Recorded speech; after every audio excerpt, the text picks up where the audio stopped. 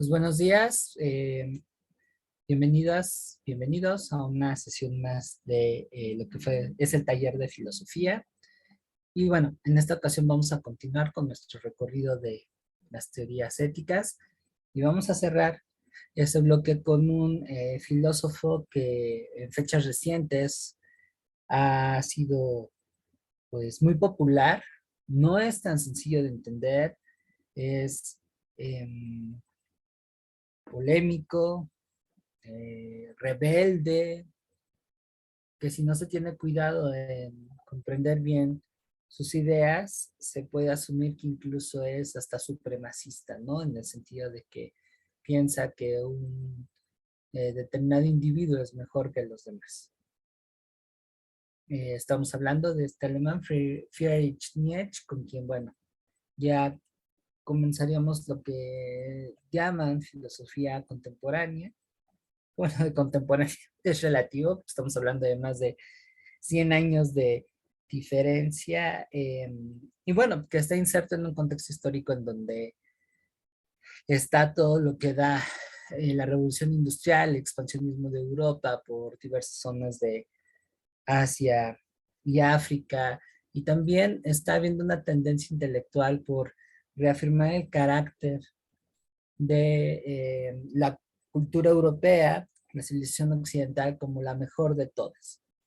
Es un periodo en el que nacen la antropología, la psicología, la historia, y digamos que en esos años mozos de esas disciplinas, entre otras tantas de sus funciones, como a lo mejor lo vieron en sus clases de historia, pues van a reafirmar este carácter de superioridad. Estamos también en un momento en el que las costumbres se vuelven un tanto conservadoras por los criterios morales de la sociedad burguesa, y está un ideal de progreso sustentado en la adquisición o expansión de la propiedad privada y la cuestión material, ¿no? Que es lo que también viene siendo parte de la lógica del capitalismo. Entonces Nietzsche con su filosofía va a irrumpir y va a cuestionar todo esto, ¿no? Entonces, eh, vamos a centrarnos un poco en su ética, y él va a reaccionar ante esta filosofía que plantea que debe haber una heteronormatividad en cuanto al ser humano, es decir, que se eh, condiciona la conducta humana a través de una compensación supraterrenal, por ejemplo, la idea del paraíso, y a través también de cuestiones idealistas, del uso del miedo, de especular. Es decir, aquí Nietzsche se va a una reafirmación de la vida. Y en tenor a ello, plantea una ética en la que el ser humano, pues, sea autónomo en ese sentido, se pueda autorrealizar sin temor a que hay un imperativo categórico universal que te diga cuál es el deber ser, o una cuestión idealista que el ser humano es bueno por naturaleza, ¿no? Como llegan también a plantear los románticos, la ilustración, y en cierto punto, por supuesto que especulativos, en el sentido de que, mira, pórtate bien en esta vida para que después de la muerte tú logres alcanzar el paraíso, ¿no? Entonces es una corriente ética que va a romper con aquello que se conecta con lo universal.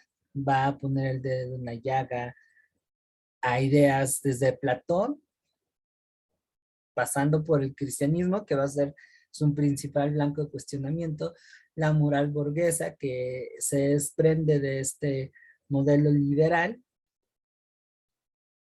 y cuestionamientos, por ejemplo, como Hegel, como Kant, va a ser un completo rebelde. Y esto en el sentido de que esas posturas éticas van a reafirmar lo que para él considera lo más importante, la vida. Y en ese sentido, toda esta ética se va a irrumpir alrededor de lo que es la libertad creativa del hombre. ¿Sale? Intenta asumir que la vida es una especie de arte, y aquí vemos también un poco su concepción estética, ¿no? Entonces, se basa en contra de modelos preestablecidos. Y eso implica que hay dos maneras, según él, de vivir. Una que es el modelo de los señores o guerreros, y la otra en cuanto al modelo de los esclavos, que eso ahorita lo voy a ir comentando. Am, ¿Hasta aquí vamos bien? ¿Hay alguna duda, pregunta, comentario?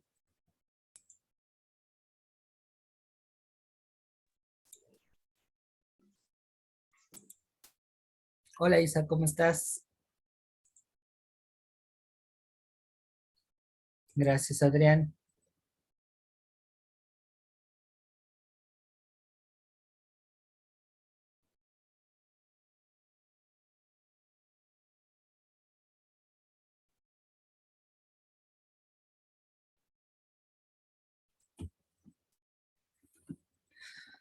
No, bueno, voy a ir explicando. ¿Sale? Todas estas cuestiones imperativas de un deber ser, de pórtate bien como promesa para poder acceder a una situación favorable después de esta vida terrenal, el uso del miedo, entre otras cosas, desembocan una construcción del ser humano que no tiene poder sobre sí mismo, que está lleno de ignorancia, de dependencia, que no asume el conflicto que representa la vida y tiene el temor de vivirla. Es un sujeto pasivo que espera que otros resuelvan lo que a él le corresponde, que favorece la decadencia, que tiene cierta envidia por sujetos que están en una condición menor y que además tiende a la mentira. Eso digamos que es el modelo de los esclavos. Y ahí es en donde le achaca su principal crítica al cristianismo. El cristianismo, la moral burguesa, desprendida, por ejemplo, de esta lógica capitalista, viene a hacer eso. Viene a formar un individuo de ese tipo. Un individuo conformista. Un individuo que rechaza la libertad y que incluso asume con devoción sus cadenas de esclavo. En pocas palabras, que se niega a vivir realmente. Entonces, ante eso, Nietzsche plantea la idea del modelo del guerrero.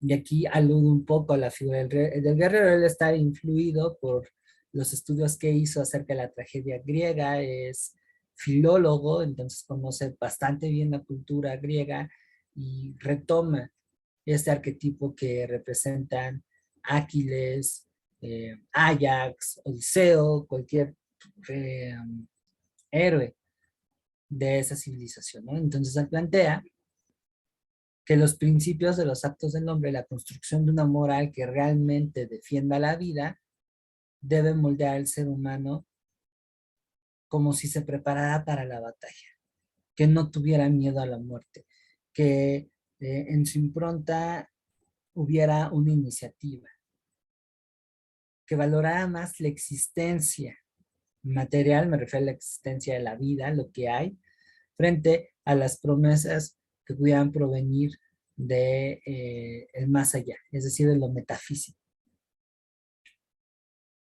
Plantea que es un individuo que debe de que sea arrojado,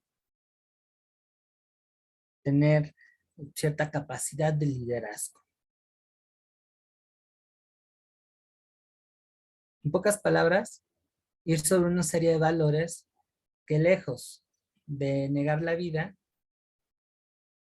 van a preservar, más allá incluso de cuestiones ideológicas. Por eso ahí a Nietzsche no lo podemos poner como una antesala, por ejemplo, del nazismo. Eso es una interpretación muy mala de ella. Nietzsche no plantea una superioridad en términos étnicos, incluso en términos culturales, sino en términos ontológicos.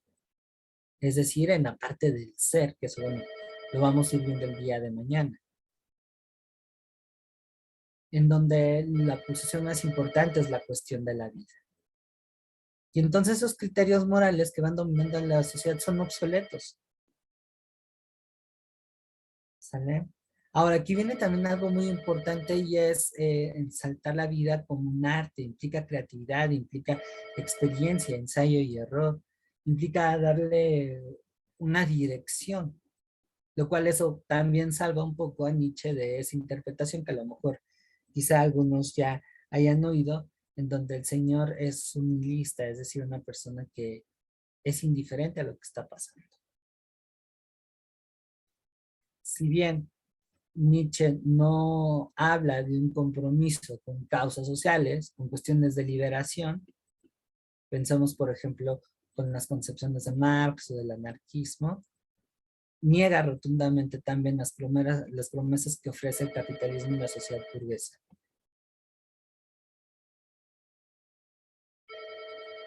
Las niega, ¿vale? Entonces, es una teoría ética muy interesante que da pie a un concepto que tal vez llega a venir en su examen. Digo tal vez porque no siempre eh, aparece una pregunta explícita sobre esto.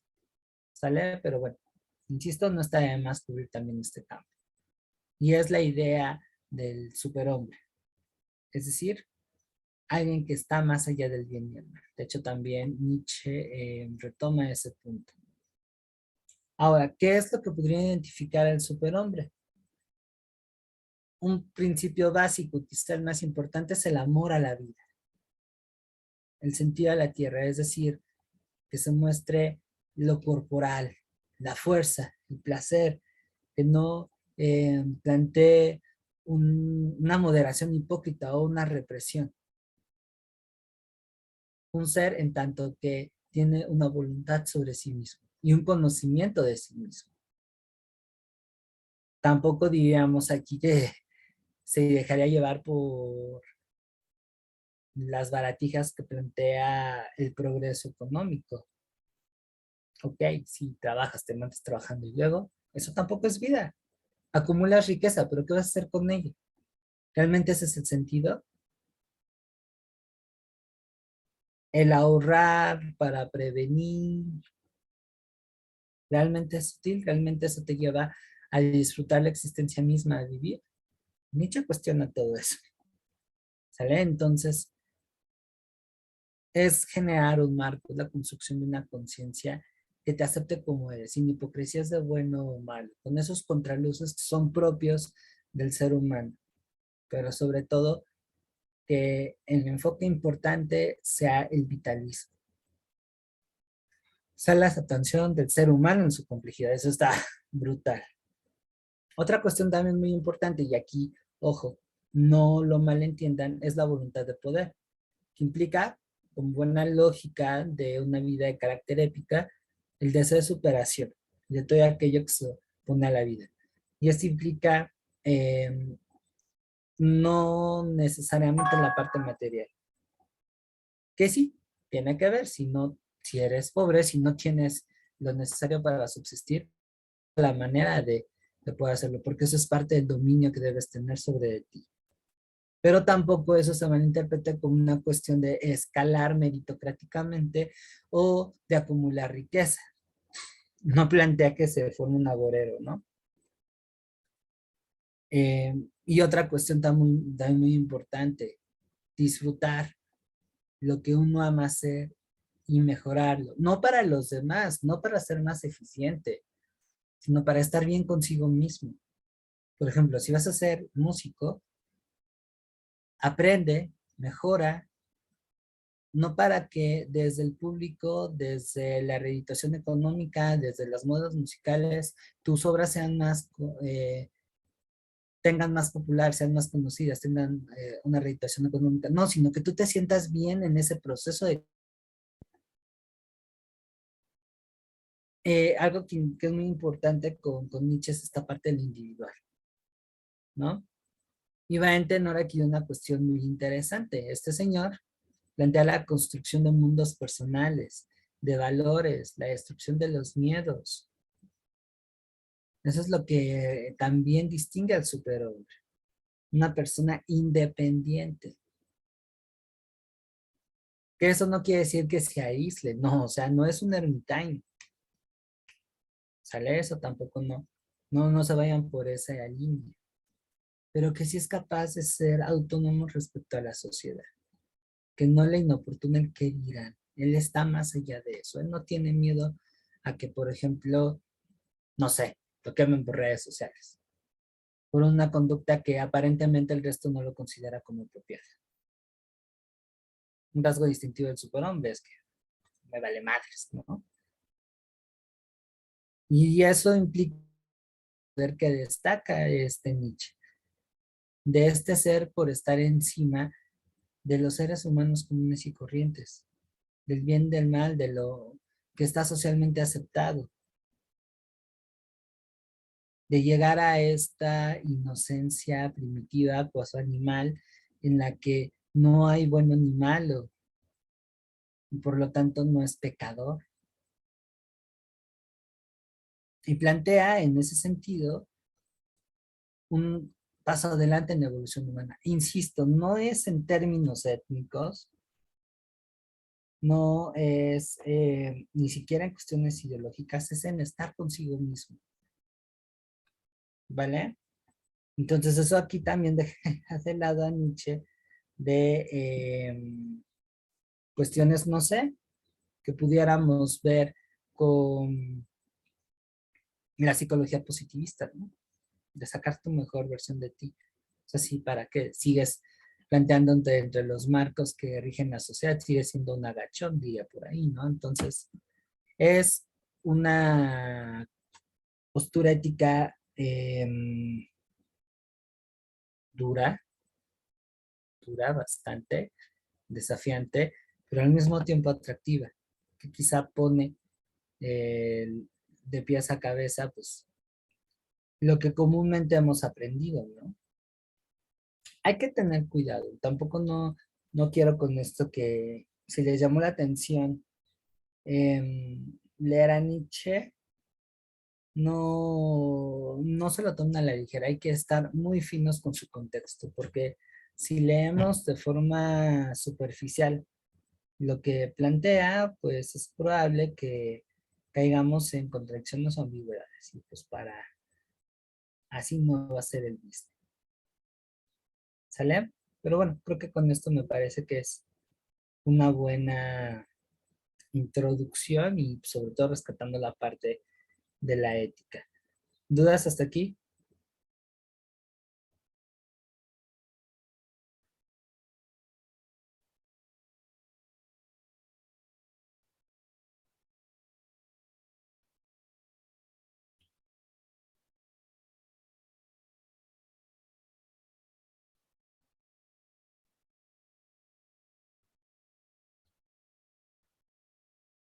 Gracias, Isa. Los demás.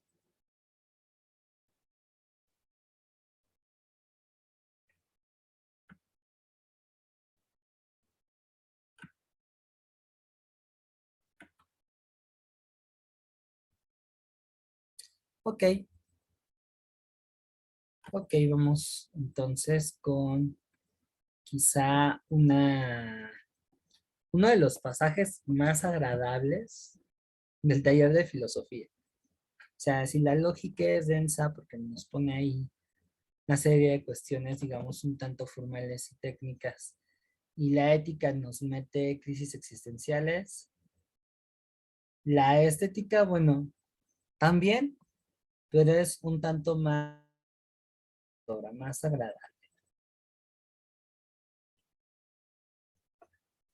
¿vale? Entonces, sí se puede ver la presentación.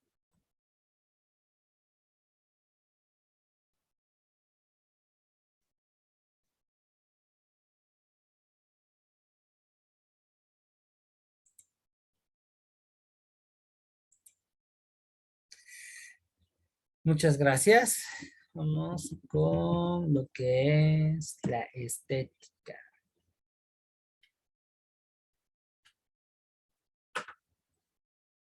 que bueno, pues vamos a empezar a ver una serie de conceptos en los que pues la estética no es esta parte solamente de de la forma o de un lugar en donde te arreglan el cabello. Implica un poco más cosas, ¿no? Entonces, todo esto va en pos de que ustedes amplíen su arsenal analítico, pues cuando les vaya muy bien en el examen,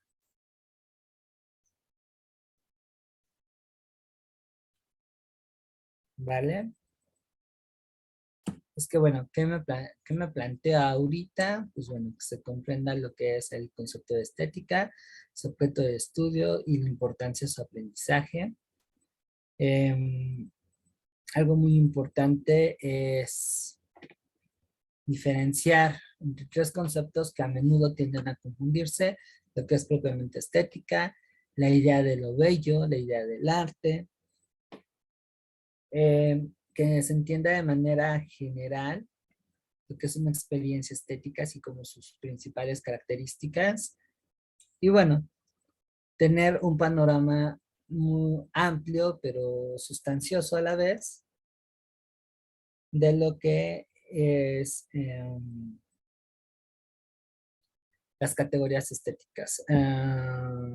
Así que bueno, creo que aquí pues, todos ustedes les va a llamar mucho la atención esto, en tanto que van a ir para artes, ¿no? Carlos, recuérdame a qué licenciatura vas a ir.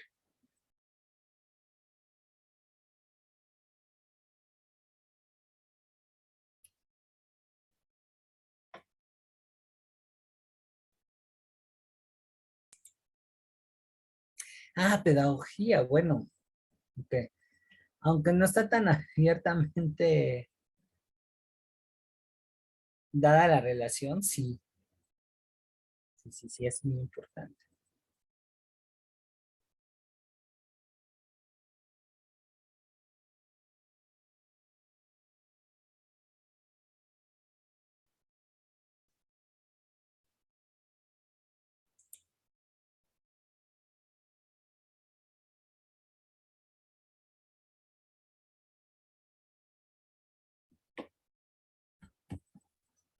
Bueno, vamos a definir lo que es estética, ¿vale?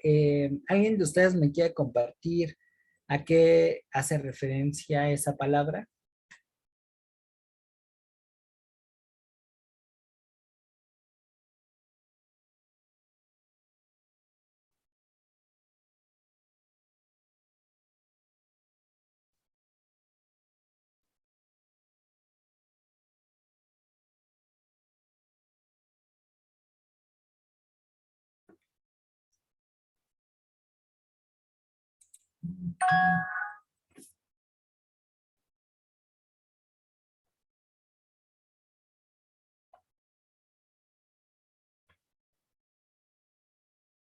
A lo bello, realmente a lo bello, Mario, ¿ok? Eh, Estás poniendo la primera piedra del concepto, pero pues vamos a ver qué más hay. Estudia lo bello del arte. Ujú. Sí, es un poquito más acotado, fíjense. Digamos que estudia la manera en cómo nosotros entendemos y razonamos aquellas cuestiones que nos refieren al mundo sensible, ¿sale? No necesariamente bello, porque no todos los objetos artísticos ni todas las experiencias que circuncidan nuestra relación con el entorno nos expresan belleza. Hay otro tipo de vocaciones. Que la estética ofrece una serie de conceptos que nos permiten identificar eso que nos dicen los sentidos, ¿no?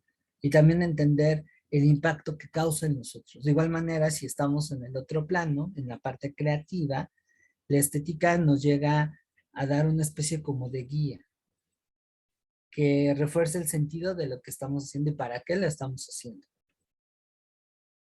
¿Sale? Es interesante porque si bien está este toque de lo racional, no deja de ser subjetivo.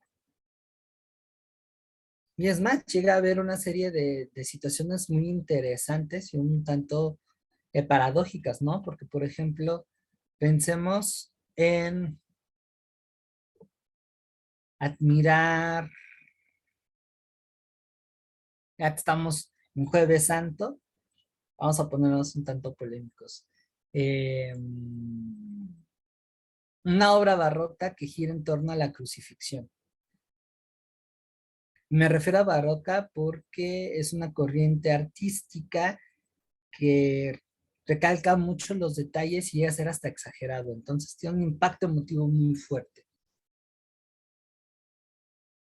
O bueno, vayámonos hacia algo un poquito más grotesco, ¿no? O sea, La Pasión de Cristo. No sé si han visto esa película.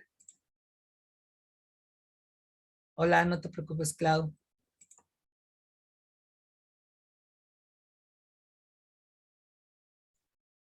Bueno, pensamos en estos cuadros en donde está muy gráfica la crucifixión de Jesús. No se piensen hay un texto que se llama, no, hay una obra que se llama, creo que es La Crucifixión o El Mesías Crucificado, algo así. Es de Diego Velázquez,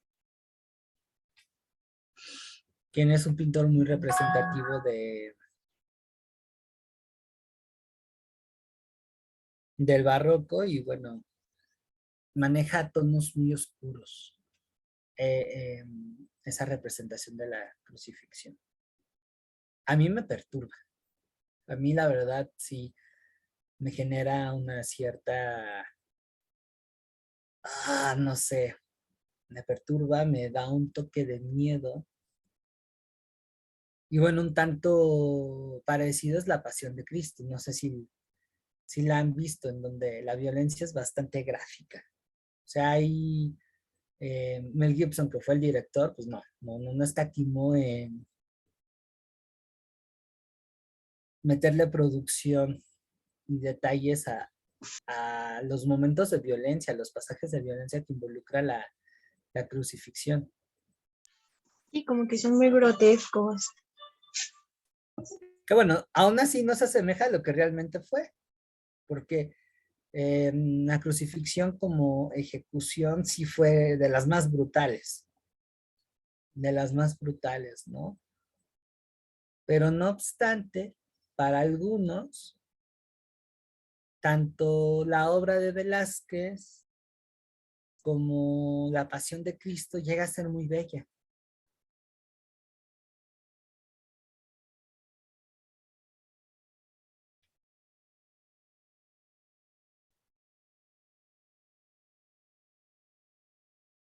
Y bueno, ahí la estética se pregunta por qué eh, se plantea eso, ¿no? ¿Por qué tiene esta dualidad?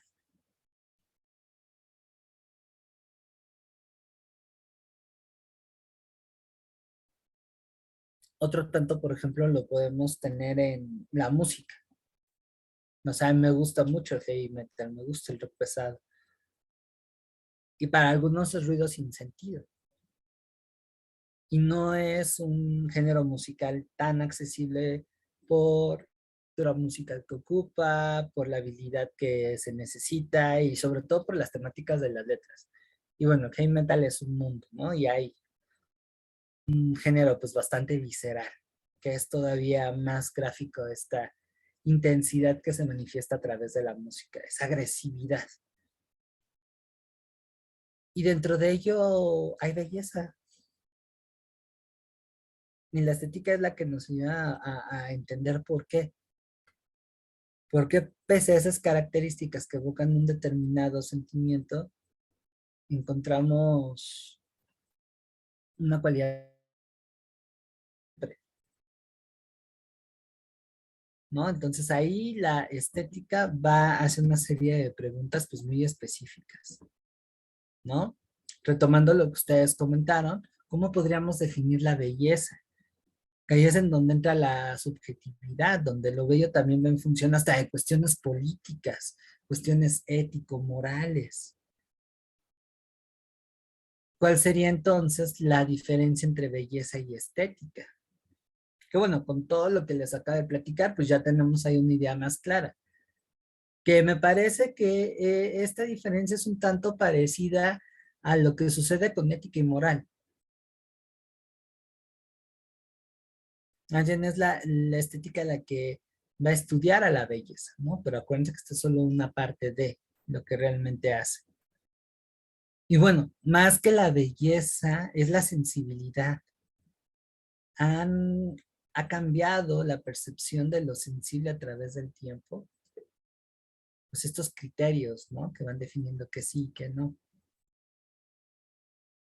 Todas esas son las preguntas que hace la estética y bueno, como futuros e incluso pedagogos, pues vamos a retomarlo, ¿no? Porque la parte formativa, muy a pesar de que está afincada en metodologías propias de las ciencias sociales y va aparentemente hacia fines más serios,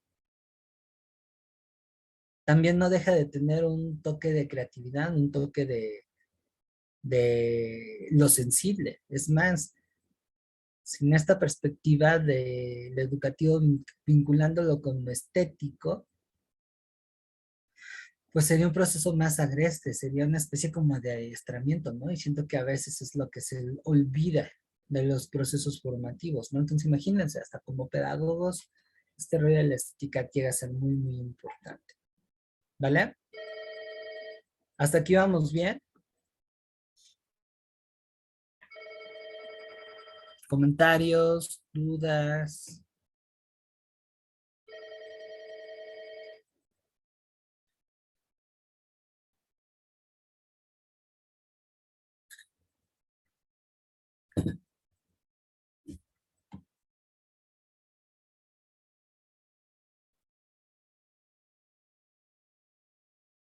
Puntos de vista.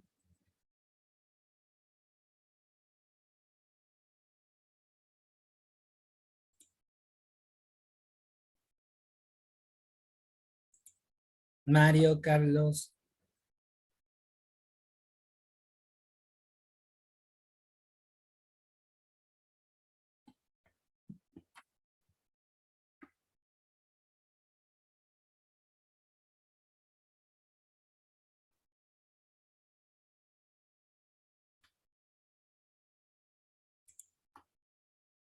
Ok,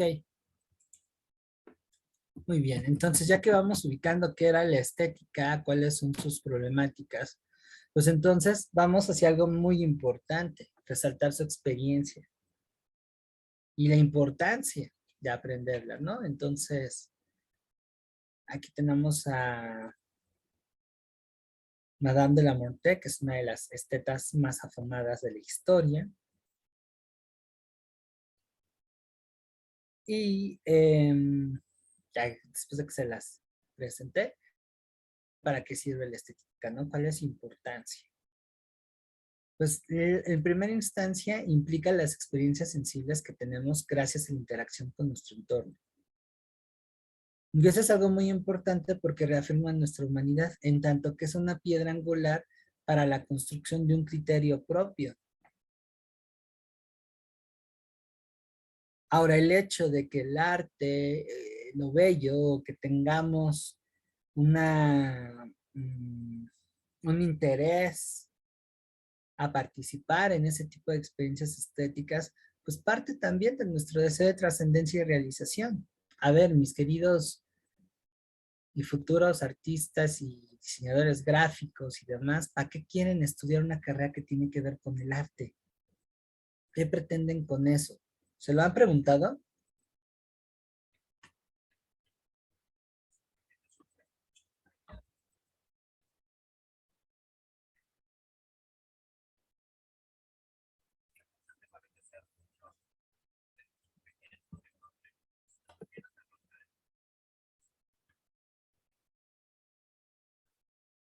A ver si me pueden compartir su percepción.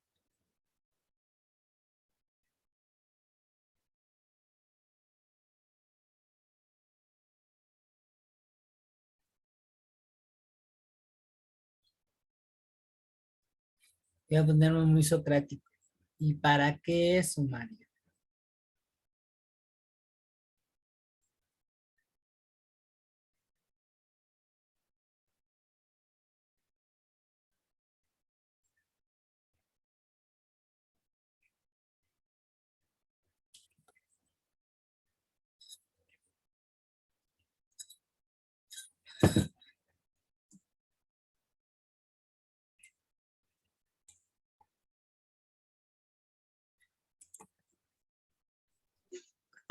Yo em, quiero estudiar diseño porque me agrada la Ujú. idea de transmitir ciertas ideas a través de cosas más gráficas, como la ilustración o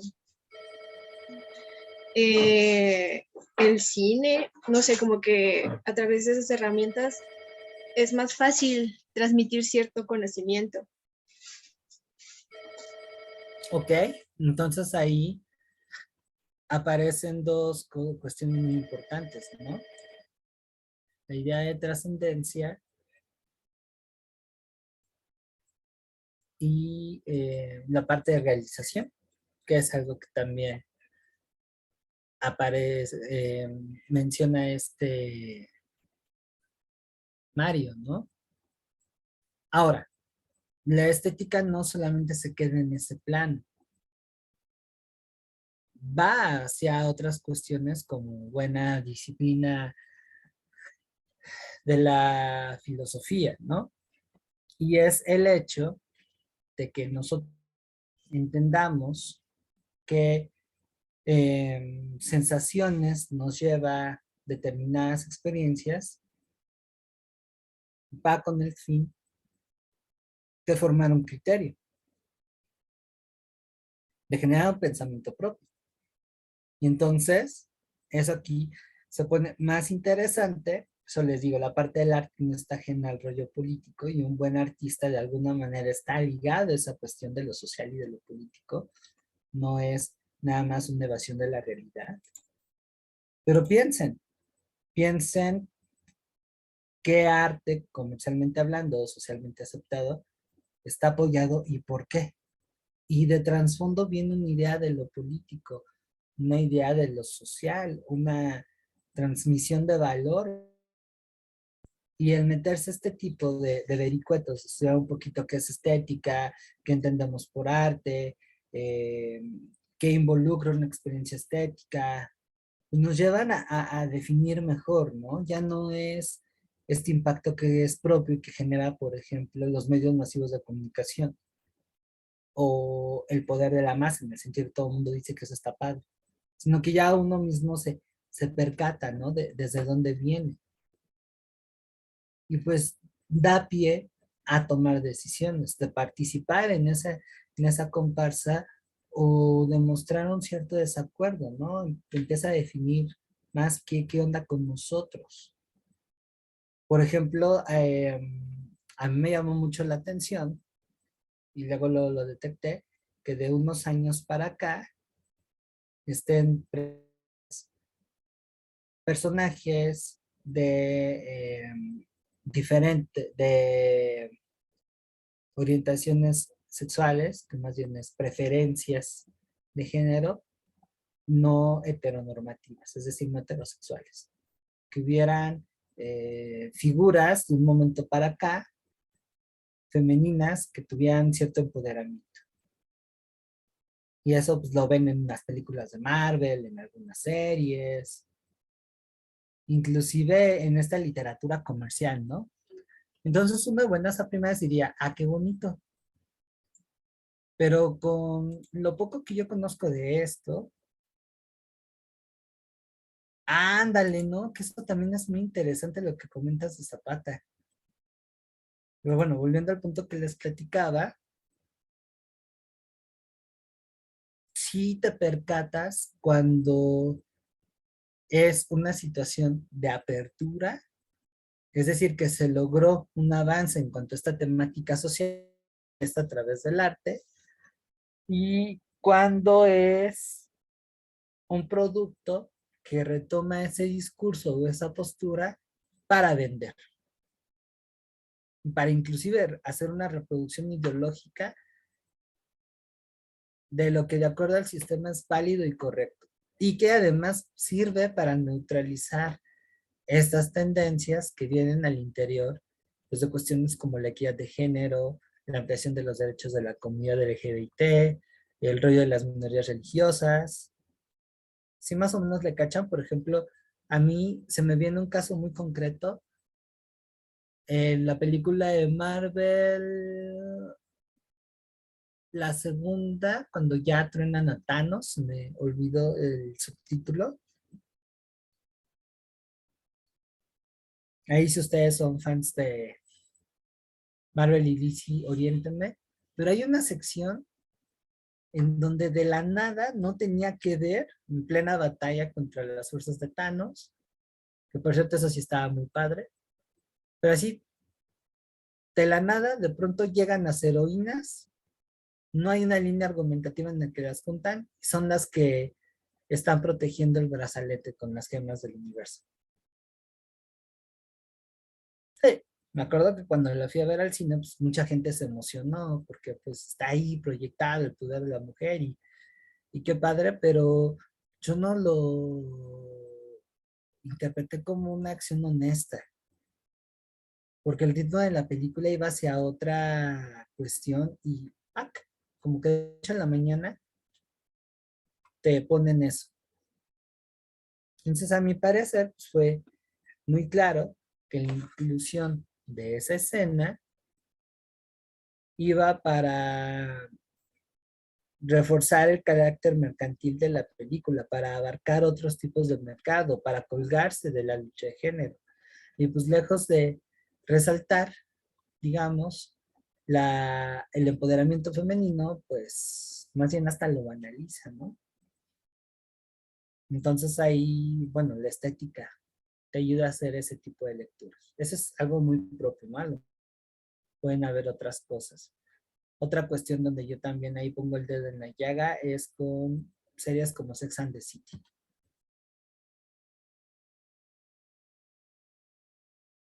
donde a través de la cultura y específicamente el entretenimiento se promociona una serie de valores en donde en apariencia hablan de una apertura, por ejemplo en este caso el empoderamiento de la sexualidad femenina, pero que de trasfondo viene una continuidad de las normas.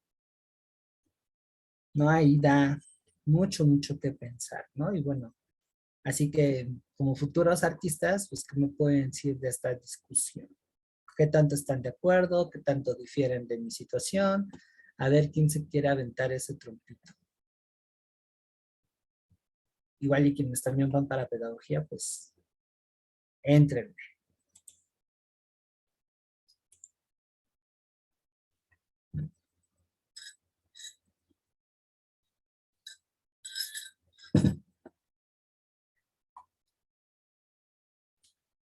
Ahí formulen sus reflexiones.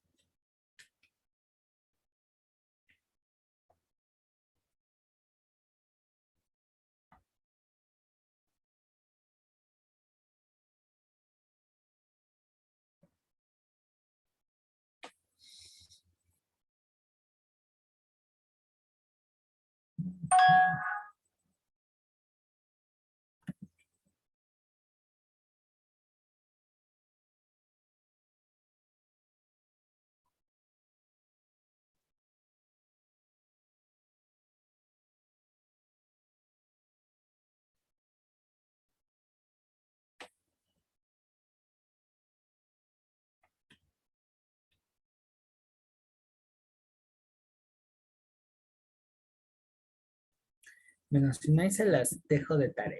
Y vámonos a otra cuestión también muy importante, pues son las aliadas de la estética.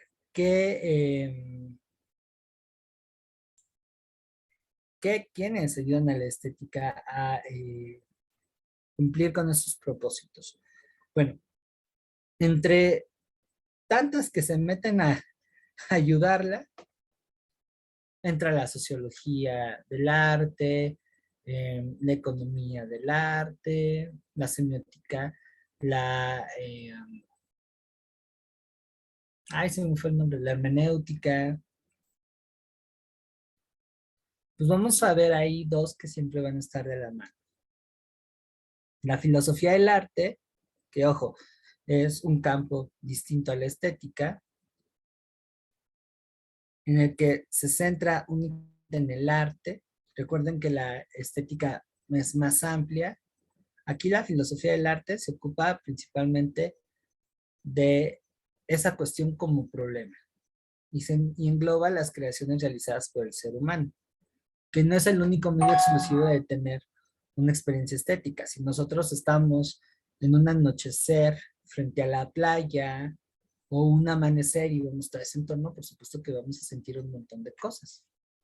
¿Sale? Ahí entra la estética. Esa es cuestión de la estética. La filosofía del arte se centra en lo que hacemos nosotros.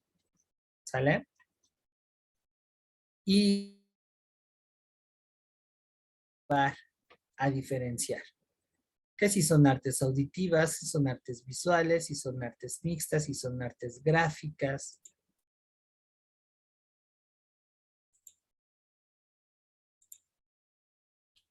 Y además, tenemos una parte de la historia que también se mete a la discusión y le va a hacer mucho, mucho, mucho el paro a, eh, a la estética, a la historia del arte. Y bueno, aquí también pudiéramos involucrar también la cuestión de las mentalidades y historia cultural. Porque, insisto, los sentimientos y las emociones, o por lo menos cómo lo hemos resignificado, ha cambiado a lo largo del tiempo. Imagínense, en la Edad Media hubieron emociones que en la actualidad ya no existen. Eso es algo bien, bien interesante, bien fregón.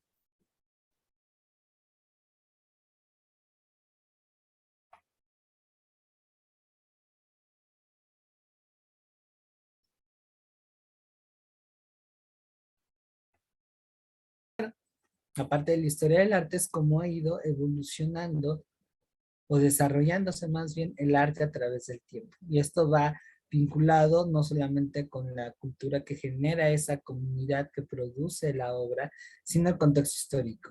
Y aquí estoy involucrando procesos de carácter político, económico y social.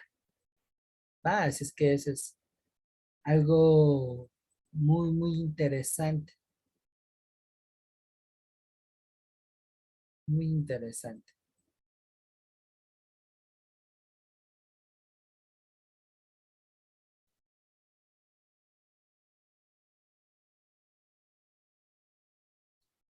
¿Dudas, comentarios,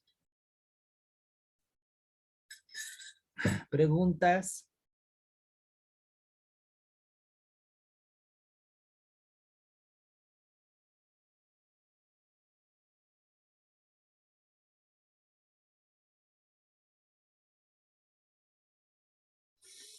Perspectivas?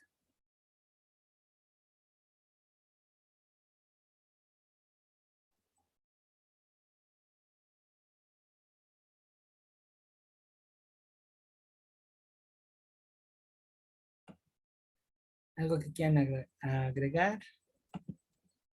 Ay, no te preocupes, yo tengo, déjame ver si lo puedo jalar desde, pero tengo un link, se los voy a presumir, donde están más de 40 gigas de libros de historia del arte. Entonces, muy probablemente ahí está.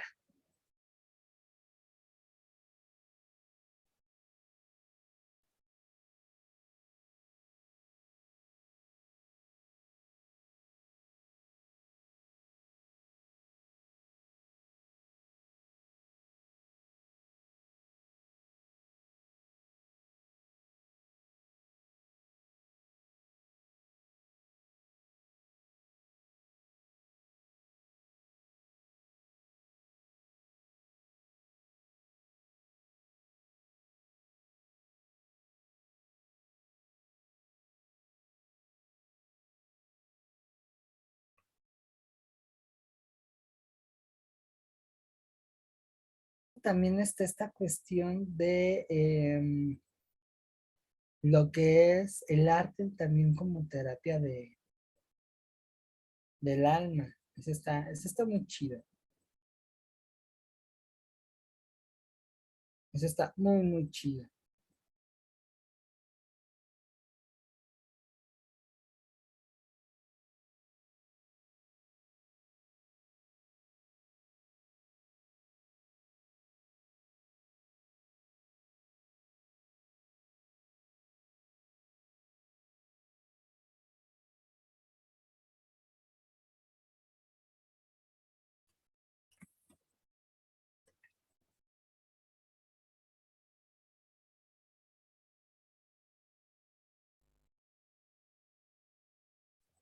¿Va? Ahorita lo busco, que yo espero que sí esté. Si no, uy, habré perdido un tesoro enorme. Me acuerdo que lo encontré por Facebook. Entonces yo creo que si no está ahí, em, lo voy a rastrear en Facebook.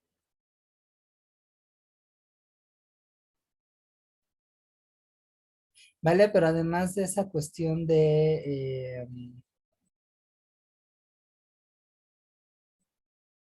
dónde se consigue el libro, ahora es un libro de texto, entonces que te lo encuentres en Gandhi, en el sótano, en esos lugares.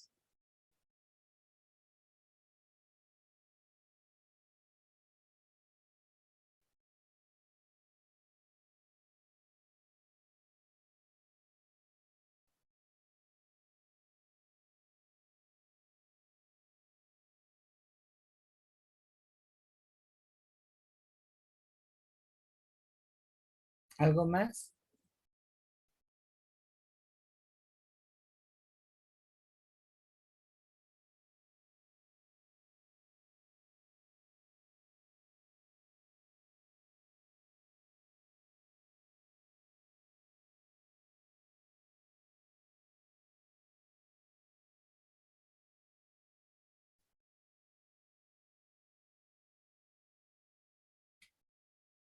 Ah, ya lo encontré. A ver, lo voy a pasar al grupo de WhatsApp por si quieren darle ahí una checada. Bueno, si les llama la atención, vean la forma de ver esos textos. Son 41 gigas de material, entonces por ahí pueden, pueden checarlo, ¿no? Que están bastante pesados. Incluso no sé si por ahí busquen historia del arte, que yo creo que sí.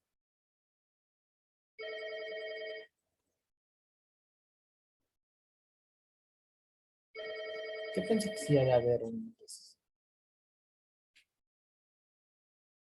Pero bueno, ahí tienen bastante material.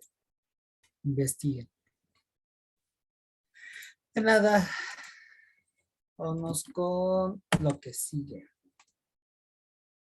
Ahora, con todo esto nos volvemos a una pregunta muy importante. ¿Cómo definirían lo que es el arte? Para ustedes, ¿qué es el arte? Más si piensan dedicarse a ello.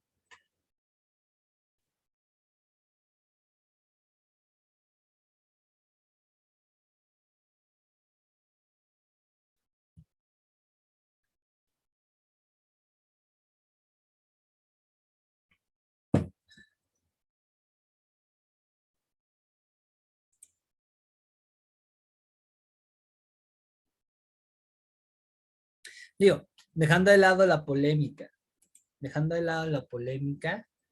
¿cómo podrían definir lo que es arte?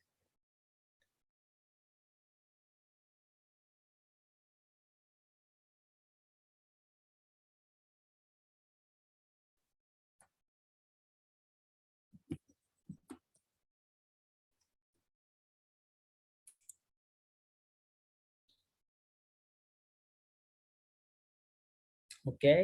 Ok, bueno, interesante, interesante. Ah, ya se me fueron por ahí. Isa y Cloud. Una lástima. Carlos, ¿tienes una idea de lo que es arte?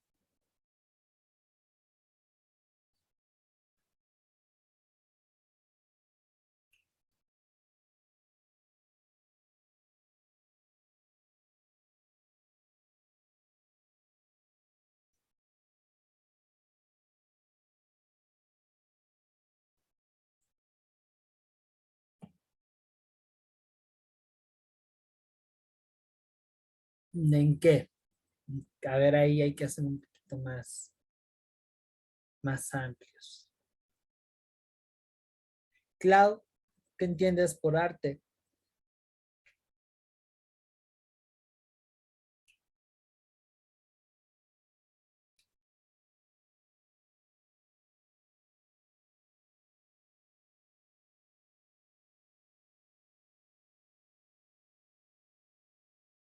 Ah, no te preocupes, no te preocupes. ¿Qué entenderías por arte?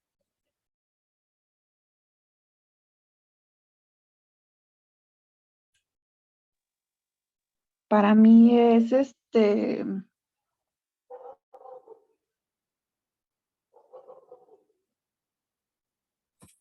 pues en general como las estatuas y los, ¿cómo se llaman? Lo que hacen los pintores. Pinturas. Ajá. Ok. Y aquí viene una cuestión bien importante.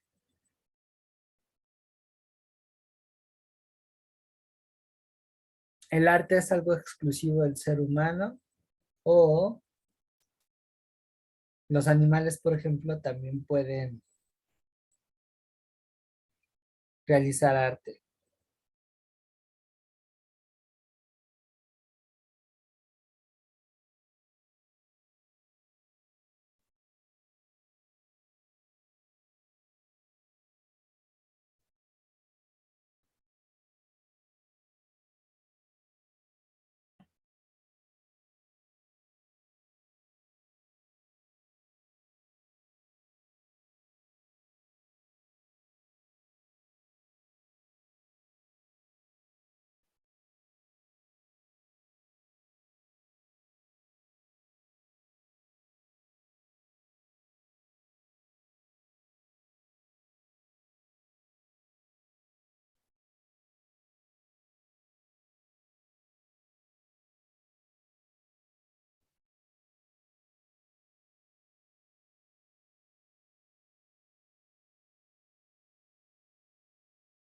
Mm, ok, muy interesante, muy buena respuesta, Adrián. Bastante atractiva, pero vuelvo a mi pregunta. ¿El arte es algo exclusivo del ser humano o también, por ejemplo, los animales pueden realizar arte?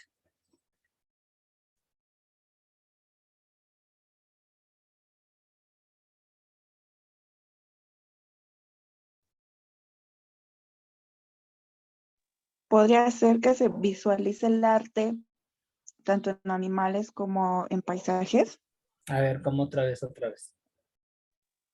que se puede visualizar el arte en animales o paisajes. O sea, pero ellos de forma consciente están haciendo arte o somos nosotros quienes les damos esa característica.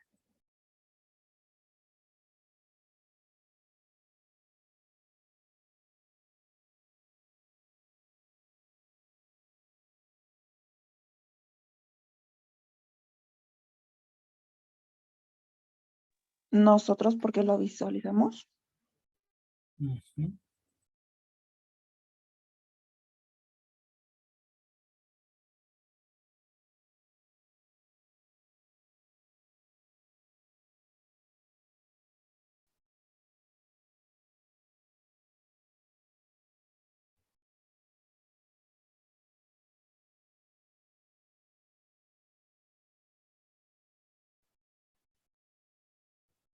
Entonces, ¿a qué conclusión llegamos? Tú dices que lo visualizamos, por lo tanto, me da la impresión de que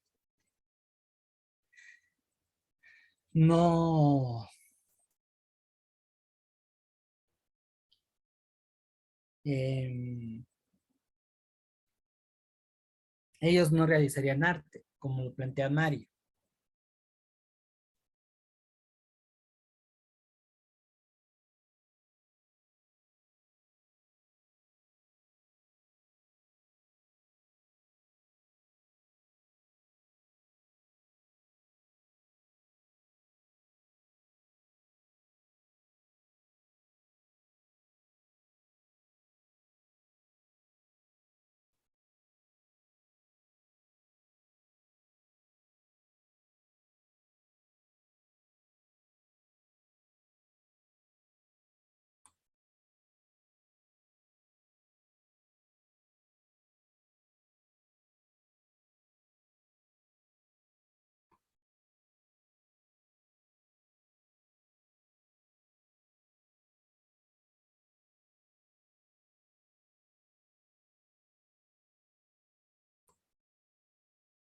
¿Mm? Pues bueno, la verdad es que si nos vamos con este concepto que me parece un tanto adecuado, el arte engloba las creaciones realizadas por el ser humano. ¿Esto que implica? Que pese a que es subjetivo y que expresa nuestro lado sensible, es decir, emociones, sentimientos, estado de ánimos, ideas y percepción de la realidad, no deja de ser un acto consciente. Y en ese punto, pues, los animales no le dan ese sentido. Si vemos que no sé, faisán baila bonito, un pajarillo canta muy padre, o un elefante pinta, porque a lo mejor eso ustedes lo sacarán como ejemplos de que los animales hacen artes, no lo están realizando de manera consciente, sino fueron adiestrados, de tal manera que es una reacción a una situación dada. El arte no es así.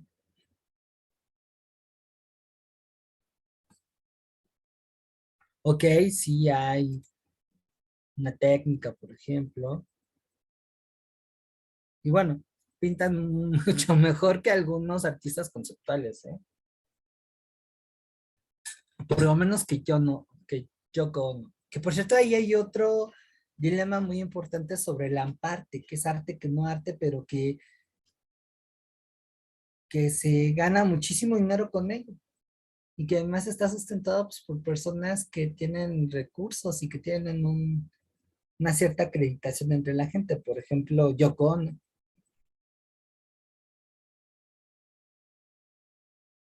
No, no sé si han escuchado hablar de ese, ándale, de esa categoría de lo que es el amparte.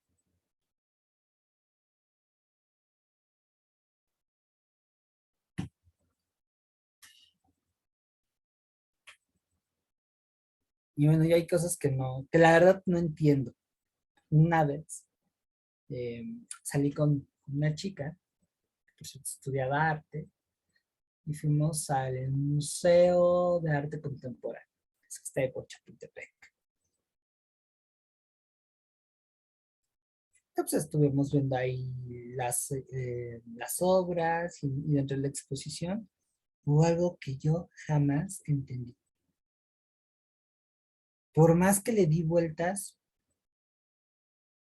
y después me enteré que por esa exposición el museo pagó una lanísima. Y ahí les va. Era un WC con popó y agua. Ese era el objeto artístico. Y además no tenía título, ¿eh?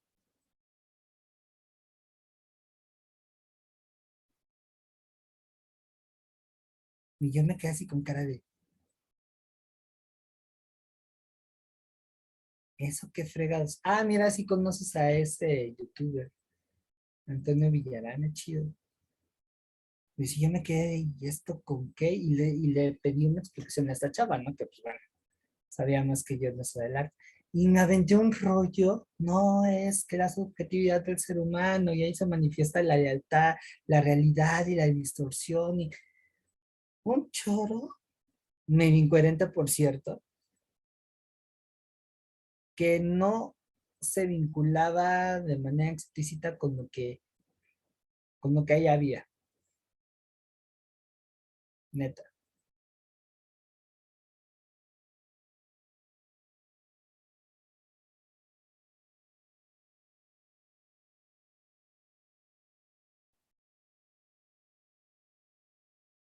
Pero bueno, así la situación del arte ahorita, ¿no? Entonces, ahí vemos, por ejemplo, el influjo de lo que es en términos políticos, económicos, sociales y culturales, ¿no?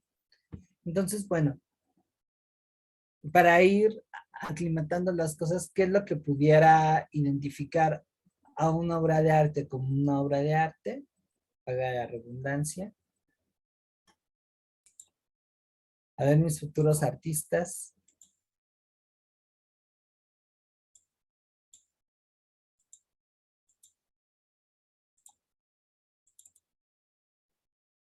¿Qué vamos a poner? Según su criterio, ya que van a estar por allá, ¿qué requisitos pudieran definir que una obra de arte es eso?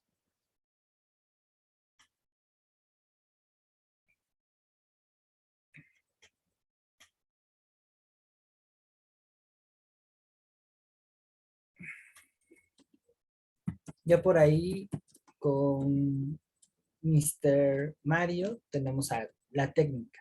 ¿Qué más?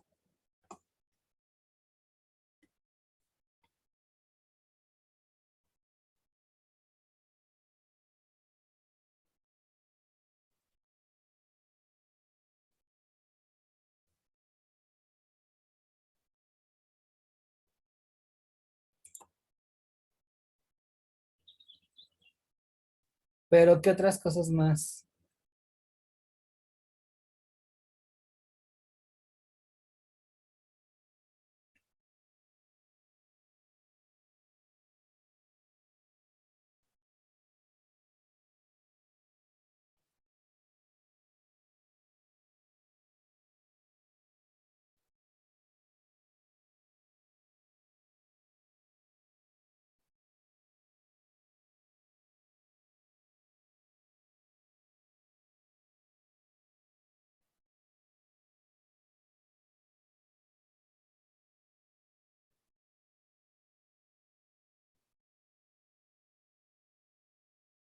Vamos, chicos, con más, con más.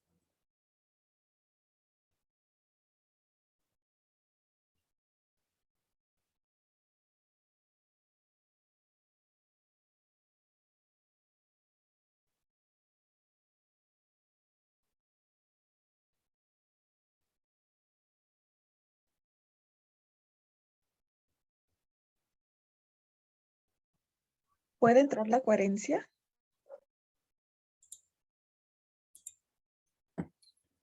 Sí, ¿y qué?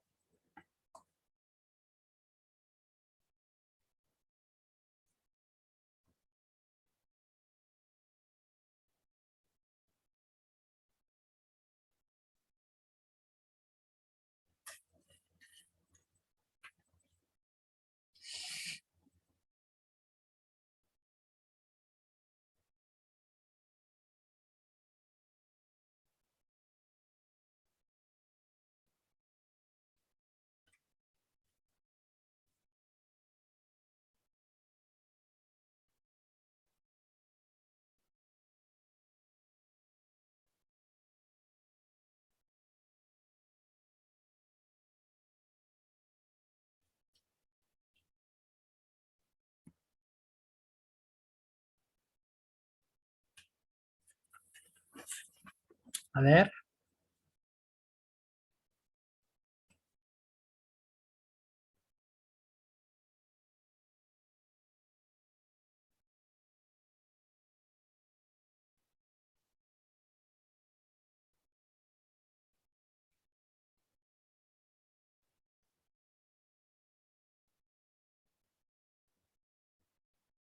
¿No? Yo les voy a contar. Forma, contenido, sentido, que es ahí en donde pudiera eh, mostrarse esta cierta coherencia. ¿Qué más involucraría? No sé, creatividad, ¿no? Porque eso es lo que distinguiría al arte de estos objetos hechos en serie que tienen otra funcionalidad.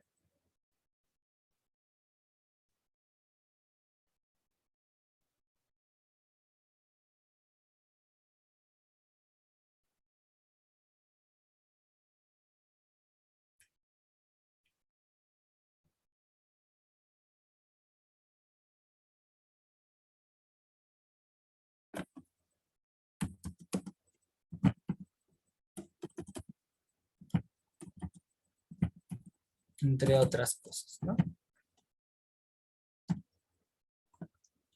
Entonces, bueno, eso definiría una obra de arte, y una obra de arte va con esta estético de plasmar sentimientos.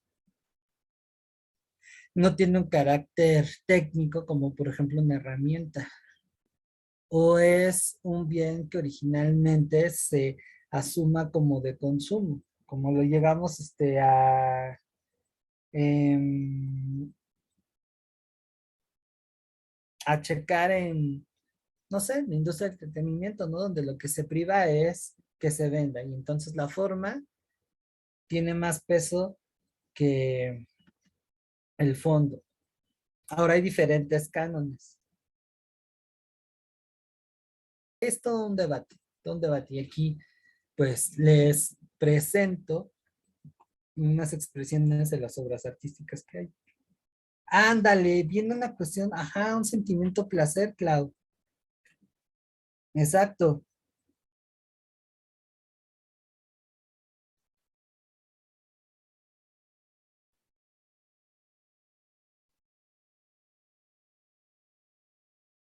exactamente.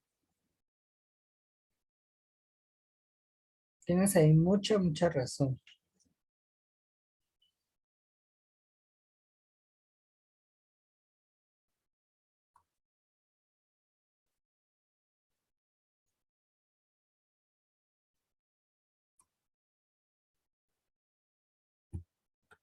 ¿Vale? Entonces, bueno, aquí hay algunos ejemplos. Sí, soy muy, muy metalero, pero aprecio mucho la belleza y lo que te genera una buena cumbia. Aunque yo no sé bailar, ¿eh? Y tenemos, ¿conocen esta pintura?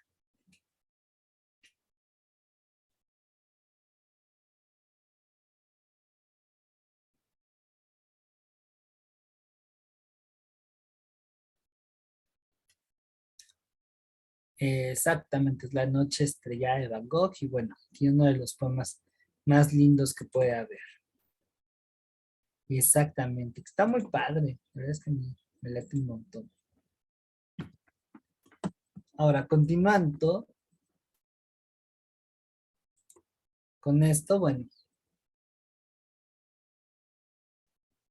vamos a ver que el arte, además de lo anterior, pues va a generar un impacto por sí mismo, que era lo que comentaba Claudio, ¿no? Placer, eh, no placer, qué tipo de expresión.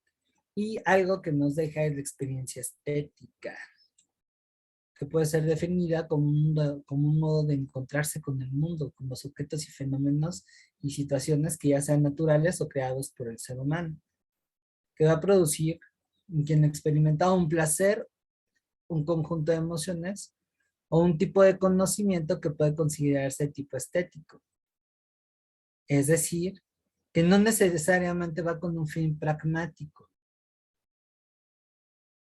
¿Sale? Ahora, la experiencia estética tiene un elemento muy importante. Debe darse de forma autónoma. ¿Sale? Un segundito.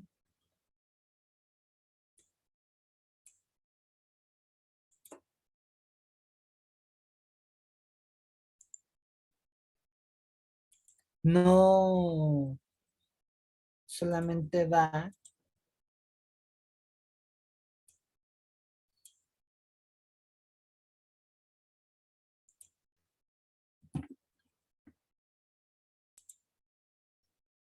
en aras de dar una función práctica y ya, o técnica. Y si hablamos, por ejemplo, de la libertad, estamos hablando que tiene que haber iniciativa. Si yo fuera su profesor de historia y le dijera, van a ver esta película y respondan a este cuestionario, como lo hacen luego los profes, ¿no? Al museo y que hazme un reporte con estas cosas, se rompe la experiencia estética, porque ya está condicionada a la interpretación. En cambio, lo que se plantea es que tú tengas una conexión con el objeto. Lo voy a ir acortando más a detalle. ¿Dudas hasta aquí?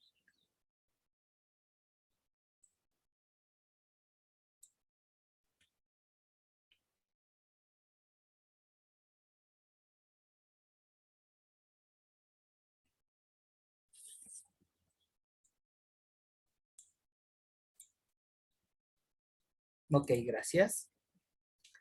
Pocas palabras. Hay 5 aspectos que deben estar presentes en una experiencia estética. El primero de ellos es el sentimiento de libertad. Hay un lazo que parte de mi voluntad para tener esa sensación. No hay una obligatoriedad. Por ejemplo, en mi caso, me encantan los conciertos y yo pienso que sí. Ahí estoy teniendo una experiencia estética profunda. Nadie me está obligando a ir. Y el hecho de que yo tengo esa libertad implica que poseo una atención en el objeto. Que eso me permita quitarme ciertos prejuicios y formar mi propia opinión, una parte sensible de lo que yo estoy sintiendo. Y esto plantea un distanciamiento de los afectos, que son los prejuicios. Ahora, el siguiente punto es un recorrido que uno hace, un descubrimiento activo, es esto que te envuelve y que te hace generar tu propio criterio y al final una integración, lo que implica que esa obra o esa experiencia estética sea importante para ti, forme parte de tu mm, forma de ser. Por ejemplo, en mi caso, les puedo hablar de libros que me han dejado ese tipo de experiencias. Pudiera citar el ensayo sobre la ceguera, pudiera citar el Capitán Tormenta, El Señor de los Anillos, que son de los libros que más me han gustado y que sí, me han dejado esa experiencia, que no es lo mismo que si yo leyera un libro con fines completamente académicos, cambia. Aunque eso no quiere decir que en el proceso de aprendizaje yo tenga una experiencia estética de ello. ¿Qué ha ocurrido? Me ha ocurrido. ¿Sale? Entonces, ¿tienen dudas respecto a la experiencia estética?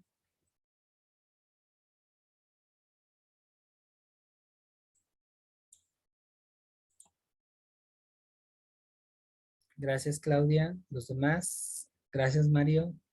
Adrián.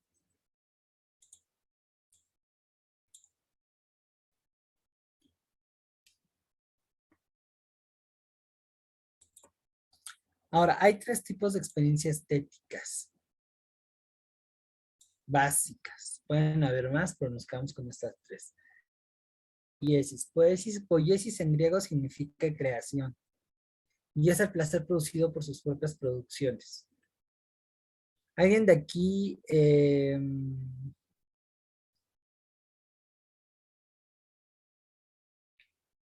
ha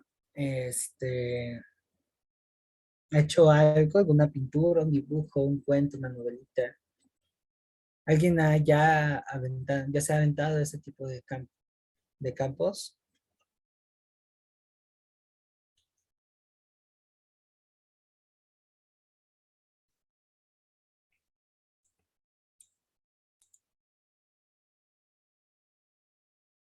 ¿Y has tenido ese tipo de experiencias, Mario?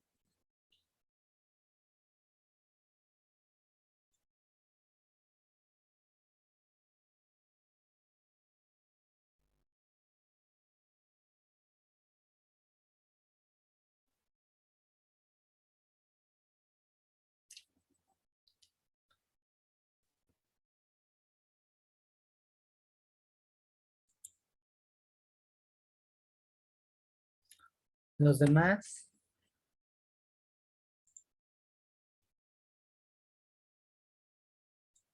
pues bueno, ahí tenemos esa cuestión, ¿no? Luego tenemos la aistesis, que es el placer producido por la obra de otros. Cuando vemos eh, lo que nos impacta, por ejemplo, la música de nuestros artistas favoritos o alguna pintura. Mario, creo que a lo mejor pintas o dibujas, no me has dicho. Pero pues es esa sensación, ¿no? De ver lo que han hecho los otros y que te impacta.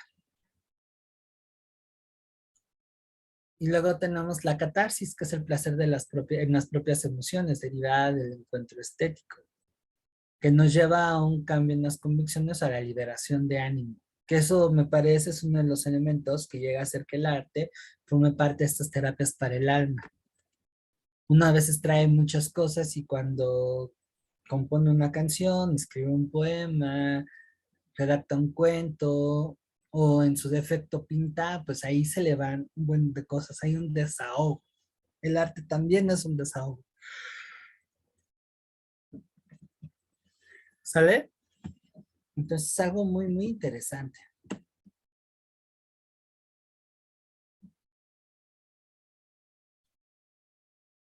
Y por supuesto que el mundo de las sensaciones que nos deja la experiencia estética, pues nos lleva a generar lo que conocemos como categorías estéticas, que es la impresión afectiva y las sensaciones que una obra de arte hace experimentar debido a cómo actúa nuestro inconsciente y respecto a nuestro juicio estético.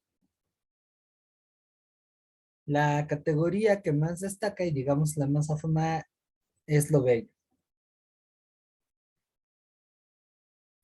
Y a partir de ahí existen otras mucho más amplias como lo sublime, la fealdad, lo trágico, lo cómico, lo grotesco. Y esas son las más importantes porque hay un poco más.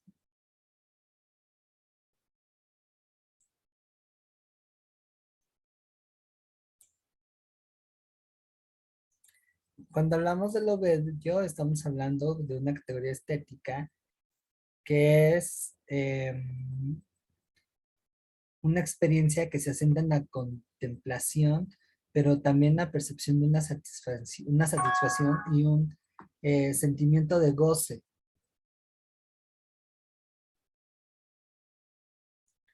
Y que de acuerdo a lo bello, pues se juzgue como tal, ¿no? O sea, estos valores que definen lo bello, pues van a ir moviéndose dependiendo de la cultura y de la percepción personal. Por ejemplo, si nos vamos hacia lo que es la antigua Grecia, para ellos el canon de belleza, el canon estético, es la proporción y la armonía.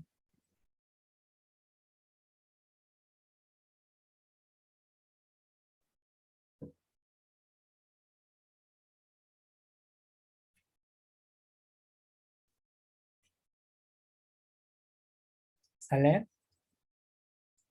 Si nos vamos con lo que marca el romanticismo, pues maneja otros criterios. Y así nos vamos. ¿Sale? Sin embargo, hay algunos criterios objetivos que implica la belleza. Y es esta cuestión del placer, de sentirnos realizados. Es una realización de la contemplación. La belleza es atemporal, afincándose en lo joven. Por eso, pues, apelan mucho a la figura de niños o bebés, ¿no? En contraste, lo feo es una categoría que percibe una mezcla de sentimientos que involucran dolor, desagrado y que además manifiesta una tensión para con el mundo. Es un recuerdo de que pues esto no está chido, de lo imperfecto, digamos de lo crudo, de lo que es. Mientras que lo bello se asume como un ideal y una proyección, lo feo es más como un golpe de realidad. Y eso, híjole, nos genera mucho ruido, ¿sale? Y eso, bueno, también lo vemos no solamente en las obras de arte, sino ciertos animales, por ejemplo, las cucarachas, los sapos, las serpientes, que se contraponen, por ejemplo, lo que digamos, ay, qué bonito conejito, ¿no? Hay cambios. ¿Va? ¿Dudas hasta aquí?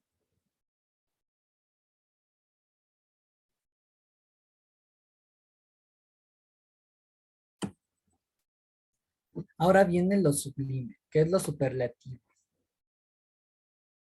Gracias. Que es lo grandioso, lo excelso, lo que casi no sucede. Son de esas experiencias que nos siembran la vida.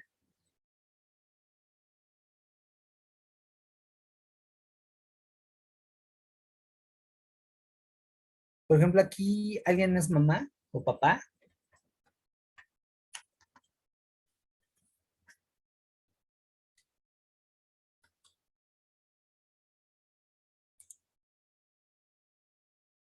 ¿Qué sentiste cuando cargaste a tu hijo por primera vez?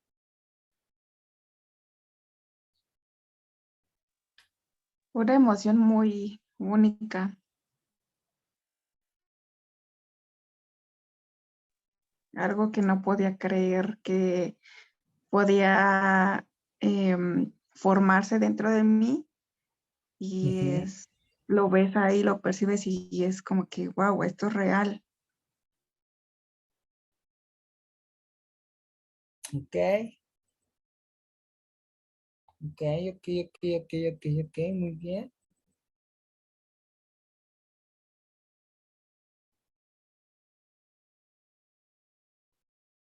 Muy bien. ¿Quién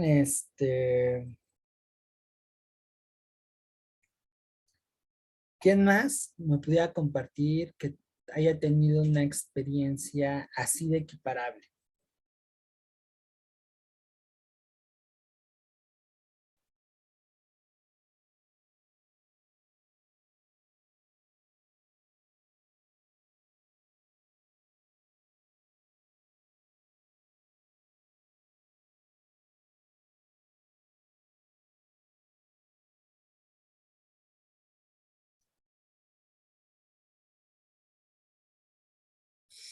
Carlos, ¿has tenido una experiencia así de intensa?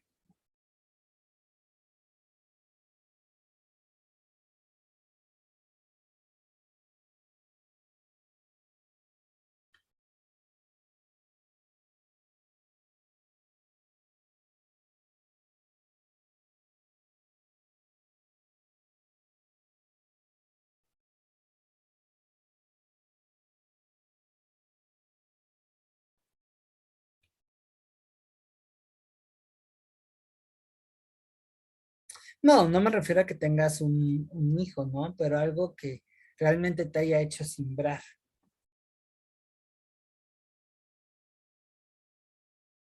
Que tú dices, wow, wow, wow, wow. Es como las personas que les puede apasionar el paracaidismo, esa sensación de primera vez de aventarse, es como que, wow, qué sensación, y lo que perciben a su alrededor, y todo lo que miran hacia abajo, ¿no? Ujú.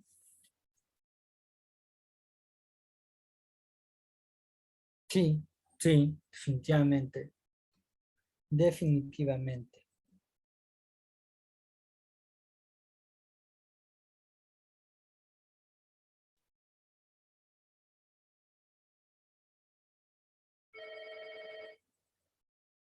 Definitivamente.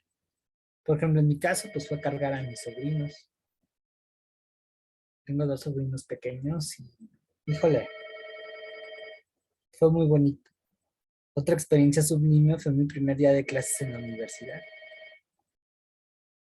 La primera vez que jugué fútbol americano o que toqué con mi banda, pues esas experiencias son madres, impresionantes, no se vuelven, no se repiten. Aunque tengas otras igual de intensas, entonces seguramente por ahí sí hayan casos, solamente que no lo han identificado.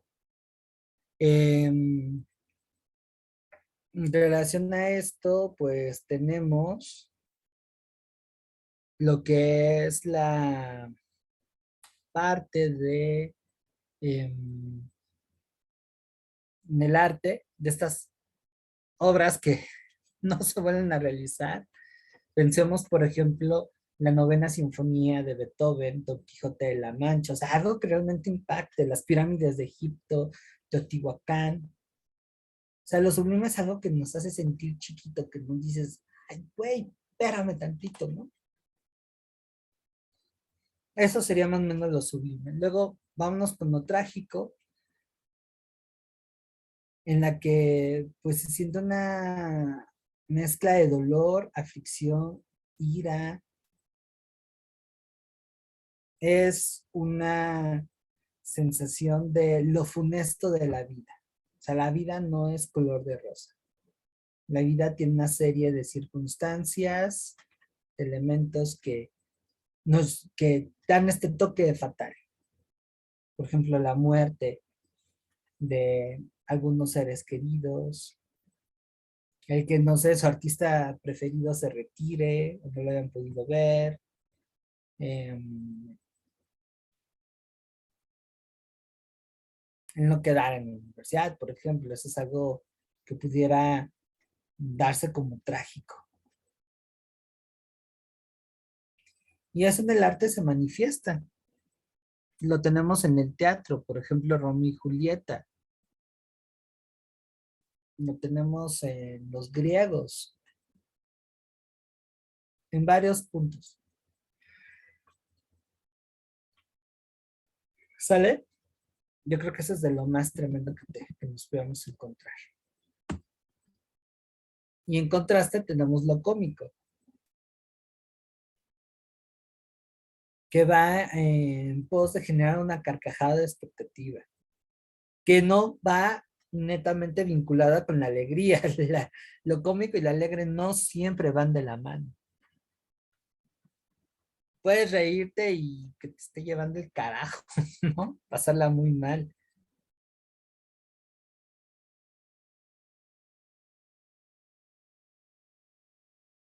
¿Sale? Entonces también aquí vamos a involucrar que para que haya una comedia estéticamente hablando, pues sí, recurre al humor, ya sea a la sátira o a la ironía. Y también cabe señalar que no todas las experiencias que generan risa propiamente son arte, por ejemplo. Una caída, una gozada, pues no tienen ese fin estético.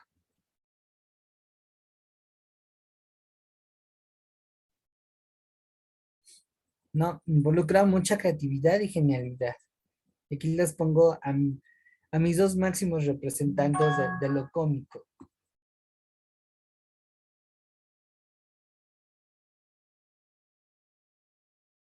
Primero está Monty Python, que son como los virus de la comedia, que por cierto tienen una película que parodia la vida de Jesús y le tiran a todo, al capitalismo, al comunismo, a las sectas, a los partidos políticos, a todos, vaya, hasta ellos mismos.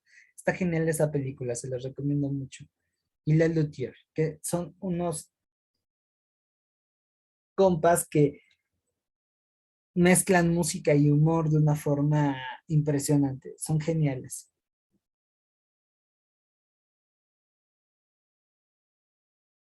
Y bueno, ahí tienen un ejemplo de ello, ¿no?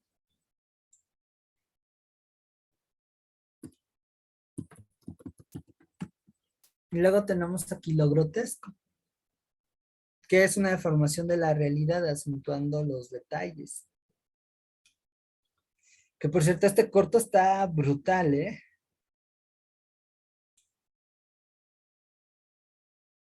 se tiende mucho a lo monstruoso, no solamente es lo miedo.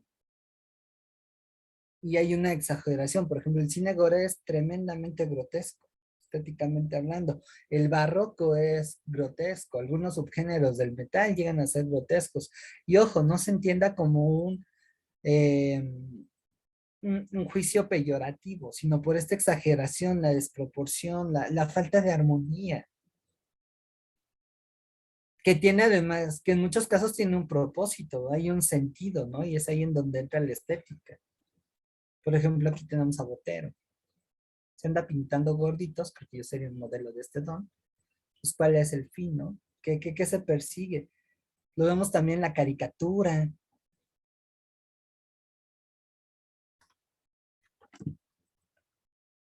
¿no? Es algo muy importante.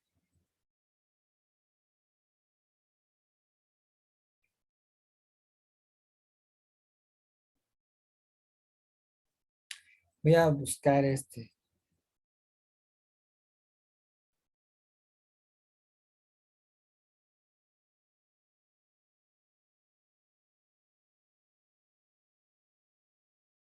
Ahí ya lo encontré, que estaba muy cañón, ¿eh? Estaba muy cañón.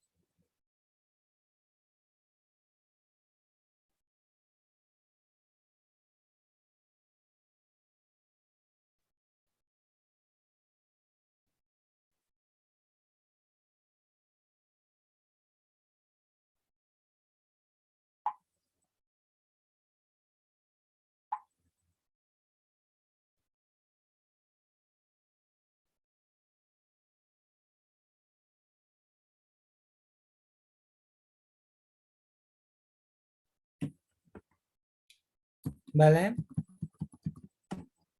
Y bueno, esas serían todas las categorías estéticas. Si quieren saber más, pues les invito a que se descarguen esta presentación. Y bueno, ya pues mañana vamos a cerrar con lo que es ontología y epistemología, y de esa manera pues damos el cierre del taller de filosofía. Les agradezco mucho su atención. No sé si tengan por ahí alguna duda, comentario, inquietud que tengan.